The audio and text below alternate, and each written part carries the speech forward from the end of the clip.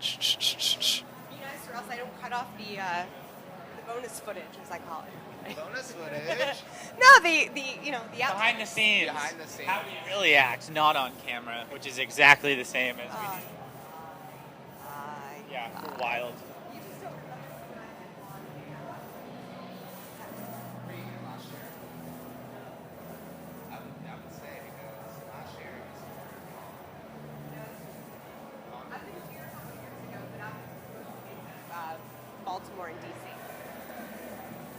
All right, we ready? We good? yes. All right. This is Jackie, and I'm here with your all-access interview with Mice and Men on a it's still raining. Beautiful outside.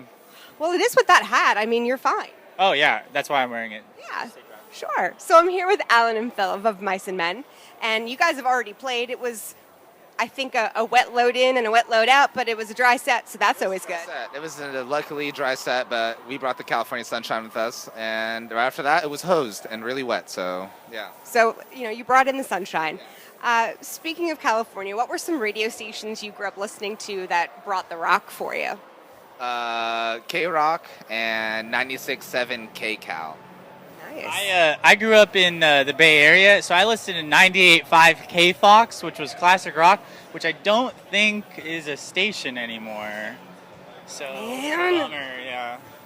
Well, what was one band that inspired you rock-wise? Papa Roach and Linkin Park.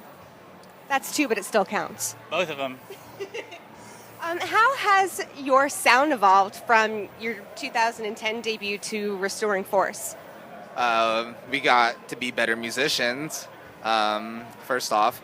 And second, we started writing music that meant more to us rather than just get crowds moving and crazy. We wanted to make music that was more emotional, and, we still had the riff and whatnot, but nothing that, we can't write the same album twice. Thank you. That's what I'm saying. That's always good. You released sort of deluxe editions of The Flood and Restoring Force. What were the benefits of that to you or to the fans? Oh, wow, that's a good question. With both of those albums, we had a couple songs that we didn't think could quite make it onto the album, but we still wanted fans to hear and to enjoy, because we want to get all of our music out there and give the fans as much as we can to them. So I think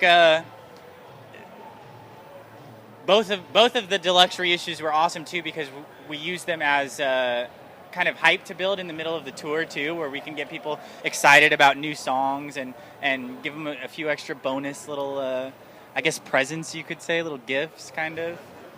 Nice. And so Restoring Force does have a deluxe edition. Any plans for an EP in between, or what are the next plans for more music? We are always writing music, 24/7. Wherever we are in the world, we're always writing music. I think we're going to be writing for our next record, which will be a full-length record this summer. We will start writing, and then hopefully try and get working on it sometime early next year. Yeah. Just working on the record, and we have no idea when it's going to come out, but yeah, we're kind of in the middle of our full circle tour right now. This is the first. It's funny because we put out Restoring Force a long time ago, and this feels like and this is we're in the middle of our headlining tour supporting that album. So it's been a while, but we're still touring off that record. So we're kind of in the middle of it right now. Not too much thinking about the next record, but still writing. It's still there. Do you guys feel a pressure to sort of keep the cycle going, or do you release music when you feel it's ready? I mean, you always feel pressure when your fans have already heard your songs so many times, and obviously you want to put out more music for them to listen. So to say, like, we already have like a mindset of what we think we want to write for our next album, but it's always going to change because everyone changes. Everyone has a certain mind change about something, so. And there's fans are always waiting for the next thing. Yeah, we for sure want to keep it organic. It's never like, we never want it to be like, okay, we have to write this by this time, or we have to do this by this, We'll get a bunch of songs, and then we'll go into the studio and we'll record them, and then we'll come out with a a date which we'll release them. You know, it's not very. We don't want it to be very Forced. forced. I guess you could say. Good. So what's up next for you guys after Rock on the Range?